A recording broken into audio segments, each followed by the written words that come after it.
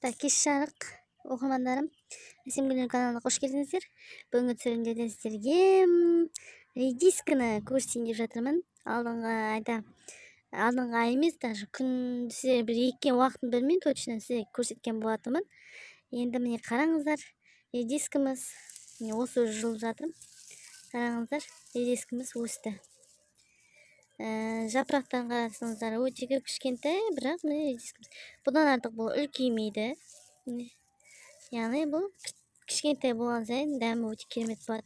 Жаңағы арасын жылдым, міне қазір көрсетейін, міне орындары, сенбесеңіздер. Міне кейбірлерін алып қалдырдым, себебі жаңағыдай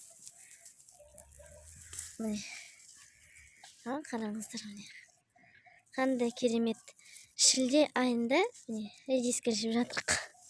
Көріп тұрсаңыздар.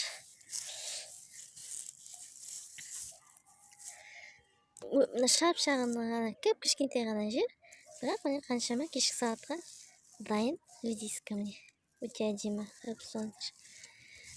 Бұның арасы, бұл редискіміз деген жаңағыдай қандай екен, ұмытып қалып отырмын.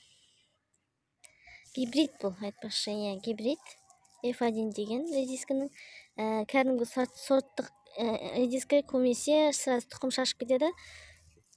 Бұлдың бір ерекшелігі гибридтің жаңағы жапырағы өте кішкентай болады да, міне асты осындай болады. Так, қандай не деп айтсам, ұмытып қалыптым, әйтеуір гибрид екен точно білемін. Қарап тұрсаңыздар, міне сап түскенде өте әдемі. Кешкі сағат міндетті түрде жейміз, және де мынау бірінші несі өсе береді арасында, мына жақта кішкентайлау. Яғни мен уже қазір мұны алып болғаннан кейін басқа жерге тағы келесін шаласын егетін боламын. Қазір көрсетемін. Міне көрермендерім, мына жерде көріп тұрсаңыздар, кешегі жаңағы нем картоп пен қызылша алған жерім, соның орнын тазарттым. Мына жақ шөптерімді көріп тұрсаңыздар, айырмашылығы барша, жайлап суарып жатырмын.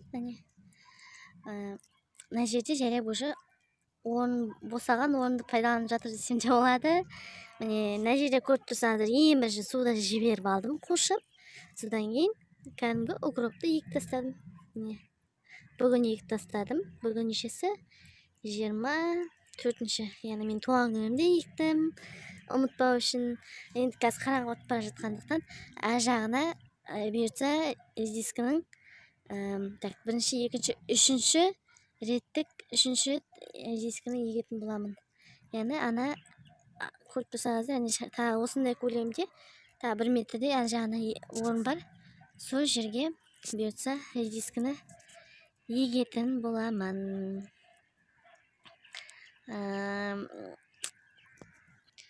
Яғни бұйыртса осы 24 болса, августтың 15-інде шығады, 15-інде тағы да егуге болады. Сонымен 4 рет редискіні жаз бойы жеуге болады. Сол себептен редискінің тұқымын көбірек алмасаңыздар, жаз бойы жей аласыздар. Егер ұнаса лайк басыңыздар, комментарий жазыңыздар, каналға жазылыңыздар, және де қоңыраушаны басуға ұмытпаңыздар. Бұйырса күнде түсірілімдер болып тұрады. Сау болыңыздар.